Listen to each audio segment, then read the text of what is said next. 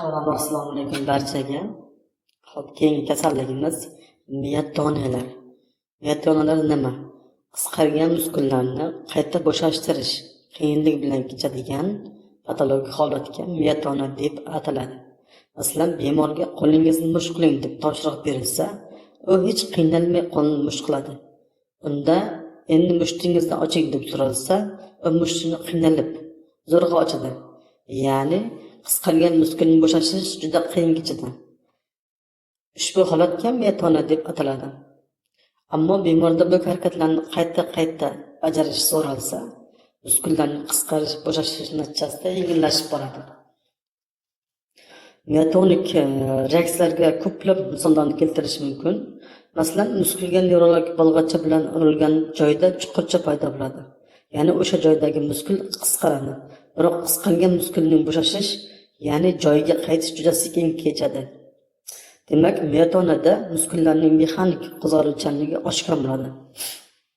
Sog'lom odamda qisqargan muskul tez bo'shashadi. Bolg'acha bilan tenarga urilsa, bosh barmoq bukiladi va yana o'z joyiga qaytadi. Miyatonik reaksiyalarni tananing barcha skil muskullarida chaqirish mumkin. Difiz gipertrofiyasi sababli bemorning tana tuzilishi atletik tipda bo'lsa-da, muskullar kuchi pasaygan bo'ladi. Odatda miyatonik reaksiyalar, ya'ni muskullar spazmi 10-30 soniya, ba'zi hollarda 60 soniyagacha davom etadi. Bir xil, ya'ni stereotip harakatlarda ketma-ket takrorlanaversa, miyatonik spazmlar sustlashadi va harakat ravonlashadi. Biroz dam olgandan so'ng bemorlarda harakatlarni yana takrorlash so'ralsa, davomli muskullar spazmi yana vujudga keladi. Demak, miyatonik reaksiyalar ixtiyoriy harakatlar boshida kuzatiladi.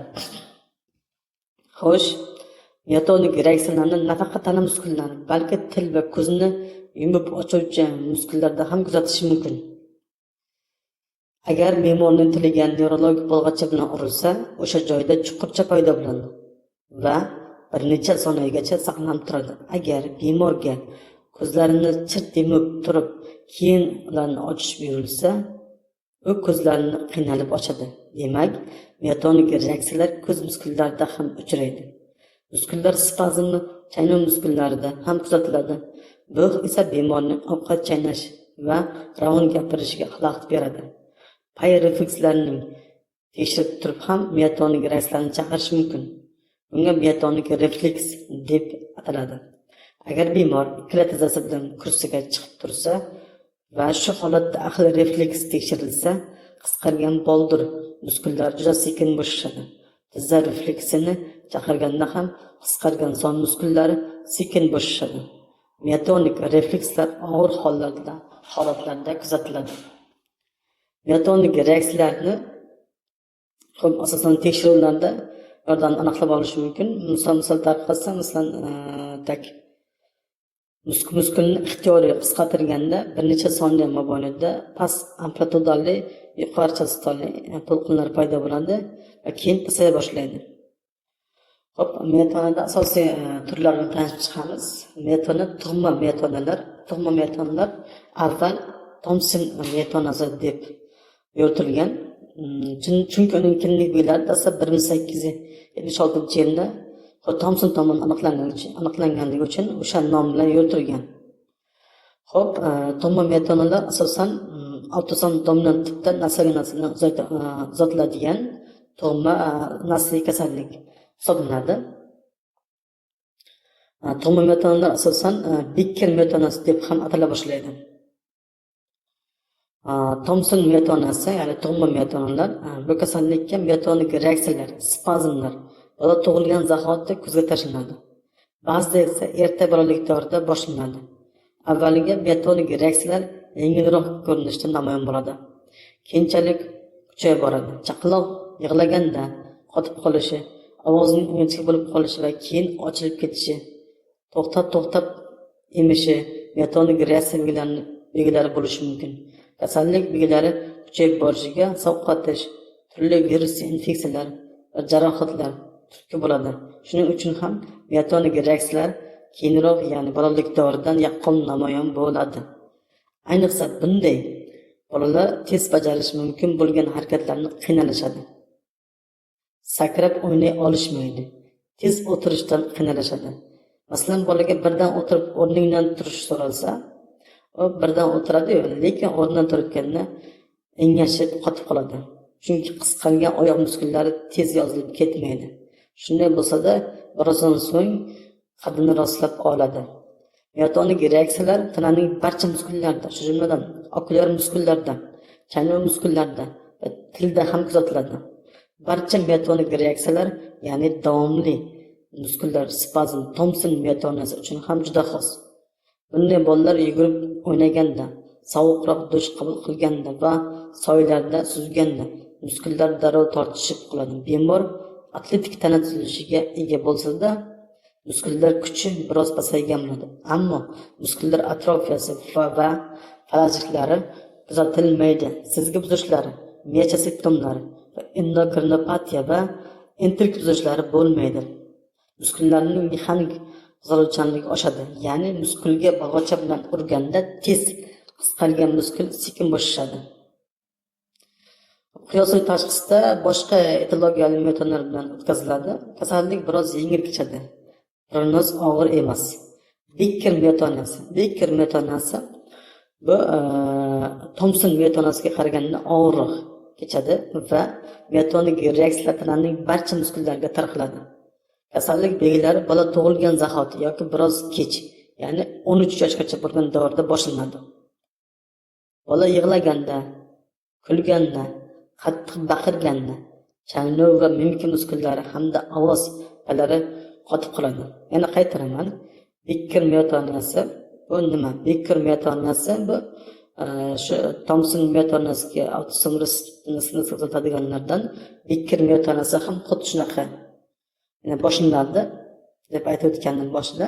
Ya'ni Thomson miotoniyasi bu avtosom reseptorda, ba'zan avtosom dominant tipda nasl-naslga uzatadigan tug'ma miotonlar.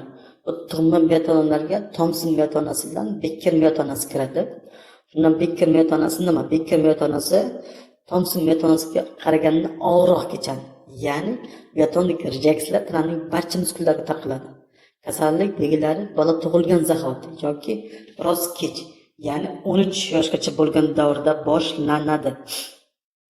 Bola yig'laganda, kulganda, qattiq baqirganda, chaynoq va mimika muskullari hamda ovoz palari qotib qoladi. Qo'liga biror narsani ushlab olsa, uni tashlab yubora olmay uzoq vaqt ushlab turadi. Chunki qisqargan qo'l panjasi tez bo'shashmaydi. Tiliga barmog'ining uchi bilan urganda paydo bo'lgan chuqurcha uzoq vaqt saqlanib turadi. Mimika va chaynoq muskullarida spazm sababli bola ravon ema olmaydi. To'xtab emadi. Qattiq yumilgan ko'zlarini ochishga qiynaladi. Sovuqqa va hayajonlanganda simptomlar kuchayadi. Becker miotoniyasining Thomson miotoniyasidan farq qiluvchi belgilari: Becker miotoniyasida autosom resessiv, Thomson miotoniyasida autosom dominant tipda nasl-nasl uzatiladi. Becker miotoniyasi asosan soprotik holatda ko'proq uchrasa, Thomson miotoniyasi oilaviy bo'lib uchraydi. Becker miotoniyasida esa miotonik reaksiyalar Thomson miotoniyasiga qaraganda kuchliroq ifodalangan bo'ladi. Xo'p, keyingisi Becker miotoniyasida qonda kifik, ya'ni keratin fosfokinaza miqdori odatda oshadi. Thomson miotoniyasida esa normada bo'ladi. Becker miotoniyasi biroz kech boshlanadi va og'irroq miotonik reaksiyalar bilan namoyon bo'ladi. Biroq ikkala miotoniyada ham genetik nuqson 7-xromosomda joylashgan bo'ladi. Xo'p, keyingisi Ellenbrook paramiotoniyasi. Ellenbrook paramiotoniyasi faqat sovuq ta'sirida paydo bo'ladigan miotoniya hisoblanadi. Boshqa paytlarda miotonik reaksiyalar kuzatilmaydi. Demak, bu kasallik haqiqiy miotonlar guruhiga kirmaydi. Shu bois paramioton deb nomlangan. Kasallik 10 yoshgacha bo'lgan davrda boshlanadi. Xo'sh, odatda yillar o'tishi bilan miotonik belgilari yo'q bo'lib ketadi. Genetik defekt 17-xromosomda joylashgan bo'ladi. Autosom dominant tipda naslga uzatiladi. Keyingisi Kurshman Batin Stendert distrofik metoniyasi va etologiyasi autosom dominant tipdan naslga uzatiladi. Patologin 19-xromosomda joylashgan bo'ladi. Klinikasida miotonik reaksiyalar va miopatik sindrom ustunlik qiladi. Shuningdek, neyroendokrin buzilishlar, yurak qon tomir faoliyat patologiyasi, suyak bo'g'im deformatsiyasi va kuri faoliyati buzilishi bilan kuzatiladi. Miotonik spazmlar asosan barmoqlarning bukuvchi va chaynov muskullarida kuzatiladi. Ushbu spazmlar harakatning boshlash paytida yuzaga keladi. Ya'ni bemor barmoqlarini musht qilib bukmoqchi bo'lsa, chaynov harakatlarining amalga oshirsa, miotonik spazmlar ro'y beradi. Muskullar atrofiyasi rivojlangan sayin miotonik reaksiyalar sustlashib boradi.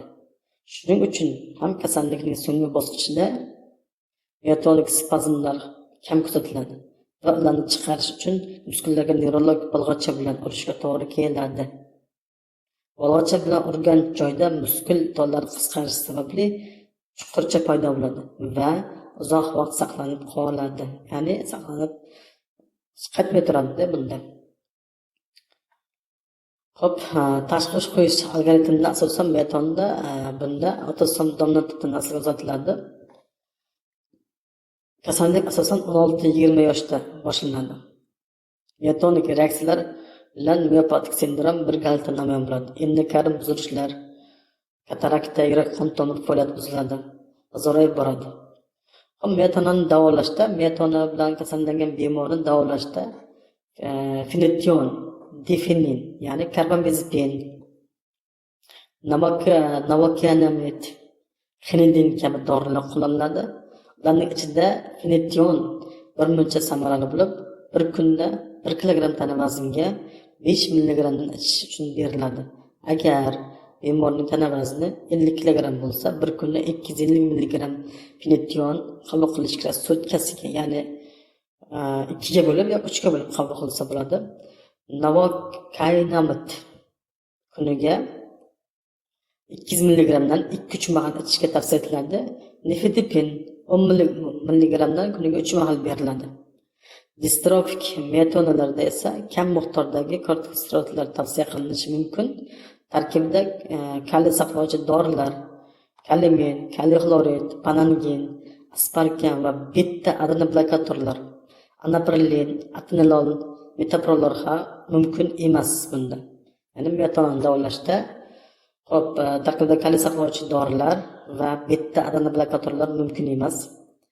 Chunki ular miotonik reaksiyalarni kuchaytirishi mumkin. Shuningdek, elektroterapevtik muolajalar ham taqiqlangan.